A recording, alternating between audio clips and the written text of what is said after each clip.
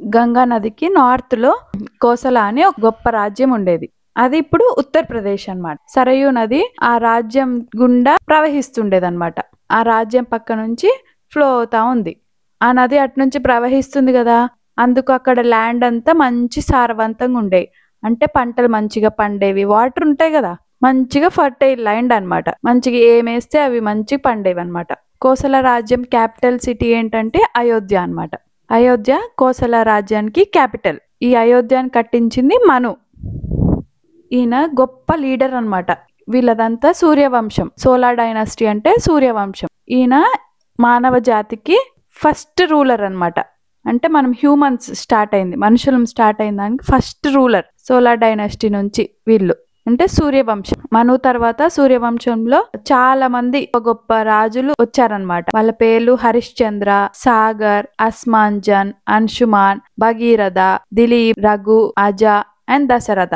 ఈ దశరథ అనే రాజు అయోధ్యని పరిపాలించాడనమాట. ఈయన చుట్టూ మంచి మంత్రులు, ఉత్తమ మంత్రులు ఉండేవాళ్ళు. సుమంత్ర అని ఒక చీఫ్ కౌన్సిలర్, అంటే ఏమైనా సలహాలు ఇవ్వాలంటే మెయిన్ గా ఆయన ఇచ్చేవాడు అనమాట. ప్రధాన సలహాదారులు అంటే ఏదన్నా సలహాలు ఏం చెయ్యాలి ఏం చెయ్యొద్దు అని చెప్పడానికి ఆయన సుమంత్ర. రాయల్ ప్రీస్ట్ ఉండేవాళ్ళు అనమాట దశరథ రాజుని గైడ్ చేయడానికి. వశిష్ఠ ఈయన రాయల్ ప్రీస్ట్ అన్నమాట. దశరథ మహారాజు బ్రైట్ గా మంచిగా ఎదుగుతా ఉన్నాడు అనమాట. సన్నలాగే. సన్న ఎలా ఉంటది, ఫుల్ రేస్ ఉంటాయి కదా, ఫస్ట్ ఒక రౌండ్ ఇట్లా ఇట్లా ఇట్లా ఇట్లా ఇట్లా కొన్ని చిన్న కొన్ని పెద్దాయి.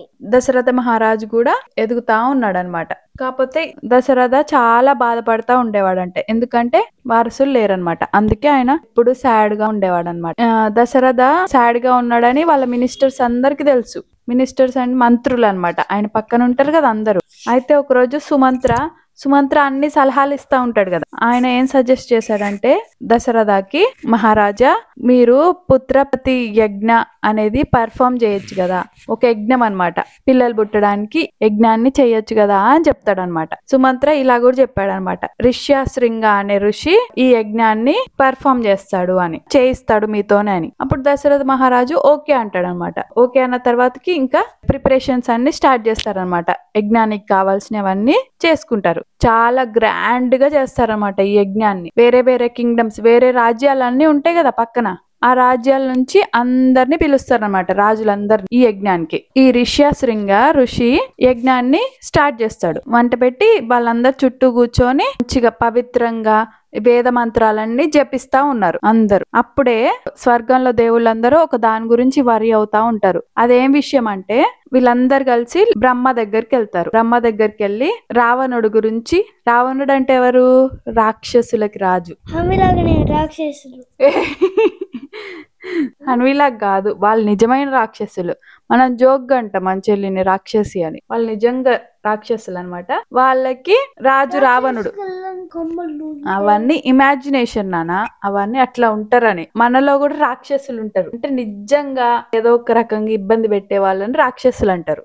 ఈ దేవుళ్ళందరూ బ్రహ్మ దగ్గరికి వెళ్ళి రావణుడి గురించి కంప్లైంట్ చేస్తారనమాట. కానీ రావణుడికి ఒక వరం ఉంటది, అది బ్రహ్మనే ఇచ్చాడనమాట. ఏం వరం అంటే ఈ దేవతలు, అసులు, గంధర్వులు వీళ్ళెవ్వరూ ఆయన్ని ఓడించలేరనమాట. వీళ్ళందరి ముందు ఆయన ఎప్పుడు గెలుస్తూనే ఉంటాడు అనమాట. రావణుడు దేంట్లో ఫైటింగ్ లో అయినా దేంట్లో అయినా గెలుస్తారు అనమాట. అందుకని ఈ వరం ఉంది కదా, రావణుడు ఏం ప్లాన్ చేస్తాడంటే దేవుళ్ళని కూడా స్వర్గం నుంచి బయటకు పంపించేయాలి అనుకుంటాడు అనమాట రావణుడు. అందుకని దేవుళ్ళందరూ భయపడి బ్రహ్మ దగ్గరికి వెళ్ళి ప్రాధేయపడతారనమాట, ఏదో ఒకటి చెయ్యాలి, రావణుడిని మా దగ్గరికి రానివ్వదు. బ్రహ్మకి తెలుసు అనమాట, ఆయనే కదా వరం ఇచ్చింది రావణుడికి. ఈ దేవతలు, అసురులు, గంధర్వాస్ వీళ్ళెవ్వరూ ఓడించలేరు, కానీ మనుషులు మాత్రం ఓడించగలుగుతారు అని చెప్తాడు. మనుషులం, మన హ్యూమన్, మనలాంటి వాళ్ళు ఓడించగలుగుతారు రావణుని. ఈ బ్రహ్మ ఆలోచిస్తా ఉన్నాడు అనమాట, ఈ ప్రాబ్లం ఎట్లా సాల్వ్ చేయాలి అని. ఇప్పుడు అదే టైంకి ఇట్లా కిందకి చూస్తారనమాట.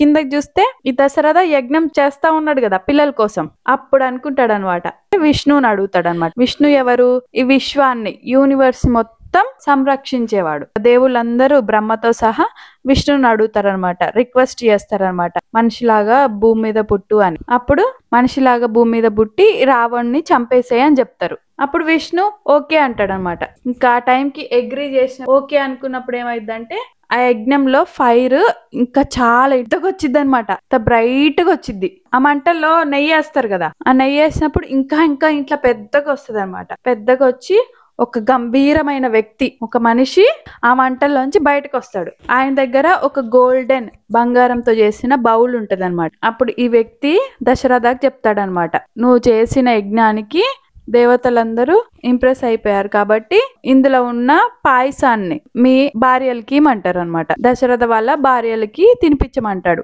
ఇందులో ఉన్న పాయసాన్ని. ఇది తింటే ఇంకా నీకు త్వరలో పిల్లలు పుడతారని చెప్తారు. ఇంకా అసలుకి దశరథ ఫుల్ హ్యాపీ అయిపోతాడు అనమాట, నాకు పిల్లలు పుడతారు అని. ఆ బౌల్ తీసుకొని ఆ పాయసాన్ని, ఆయనకి 3 భార్యలు అనమాట, కౌసల్య, సుమిత్ర, కైకేయి, కొద్ది కొద్దిగా షేర్ చేసుకున్నారు అనమాట. ఇంకా లాస్ట్ కొంచెం మిగిలిద్ది కదా, అది మళ్ళీ సుమిత్ర తాగింది. దశరథకి 4 పిల్లలు పుట్టారు. కౌసల్యకేమో రాముడు, కైకేయికేమో భరత, సుమిత్రకి ట్విన్స్ అన్నమాట, లక్ష్మణ, శత్రుఘ్న. ఎందుకంటే ఆమె పాయసం 2 సార్లు తాగింది కదా, 2 పుట్టారనమాట. కొడుకులందరినీ చూసి చాలా హ్యాపీగా ఫీల్ అవుతాడు అనమాట. వీళ్ళందరూ బాగా స్ట్రాంగ్ గా, మంచి మోరల్స్ తో, బ్రేవ్ గా, అందరు ఇష్టపడేలాగా మంచిగా రాజులు ఉండాల్సిన క్వాలిటీస్ అన్ని ఉండేవంట వీళ్ళకి. రాముడు, లక్ష్మణుడు ఏమో ఇద్దరు మంచిగా ఒకరికొకళ్ళు ఇష్టం అన్నమాట బాగా. అంటే రాముడు ఎక్కడుంటే ఎప్పుడు లక్ష్మణుడు అక్కడే ఉంటాడు అనమాట. ఇంకా భరత, శత్రుఘ్న వాళ్ళందరూ కలిసి ఉండేవాళ్ళు అనమాట.